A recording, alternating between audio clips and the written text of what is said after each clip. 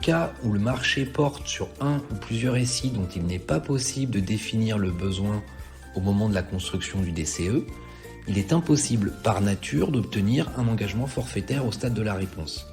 Par contre, il est possible d'obtenir un engagement de résultat à l'issue d'une première commande, à la fin de laquelle la vélocité constatée devient la vélocité de référence pour toutes les prochaines commandes. Prévoir une clause de réexamen permettant d'augmenter la vélocité de référence à chaque progrès de l'équipe du titulaire permet en outre de garantir à l'acheteur que tout progrès de vélocité obtenu en cours de projet est dû jusqu'à la fin du marché. Dans le tableau qui illustre le mécanisme de commande, on voit que pour la commande 1, l'objet de la commande c'est un mix duo sprint qui correspond à 100 jours hommes pour un montant de 100 €. La vélocité constatée à l'issue des 3 sprints est d'1 story point par jour homme. Cette vélocité constatée devient la vélocité de référence pour la deuxième commande qui embarque un mix duo sprint identique, le même montant, 100 € et 100 story points.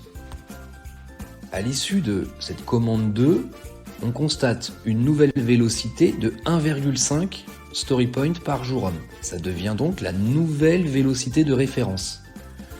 Pour la commande 3, qui embarque un mix UO identique, un même montant, mais cette fois-ci 150 story points.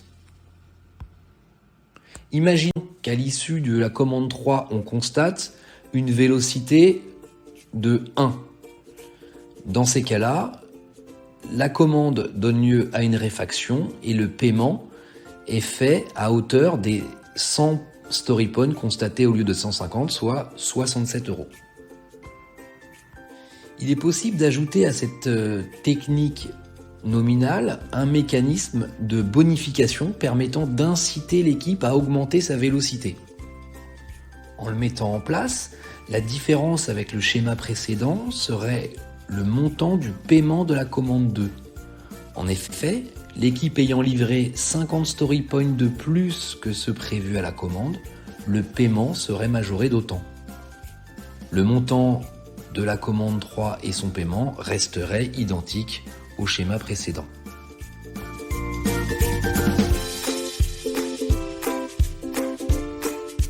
La deuxième technique de contractualisation s'inspire des mêmes mécanismes mais permet de maximiser l'engagement du titulaire au stade de la réponse.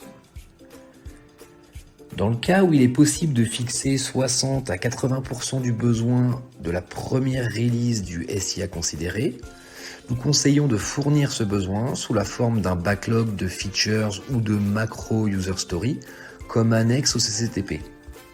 De sorte que le titulaire puisse s'engager sur un coût de réalisation de cette première version du produit, en prévoyant un DPSGF pour la R1 dans lequel le candidat fixe le mix duo sprint qu'il estime nécessaire à la réalisation de cette release, et donc sur une vélocité de référence. Toute nouvelle release fait l'objet d'une UO de cadrage permettant au titulaire et au prescripteur d'évaluer de manière conjointe et sur la base d'un release backlog dédié la complexité de la nouvelle release. Une fois cette complexité évaluée, le coût de la release est immédiatement déduit de la vélocité de référence à laquelle s'est engagé le titulaire au titre de sa réponse. Bien qu'elle exige un effort de construction du DCE significatif, la pratique comporte de nombreux avantages. Elle permet de fixer une vélocité de référence dès le stade de la réponse.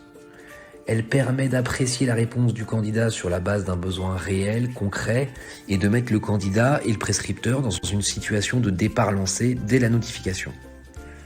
Elle ne remet pas entièrement en cause la volatilité du besoin, puisque le contenu de la R1 peut être modifié en respectant le mécanisme de troc prévu par le cadre agile.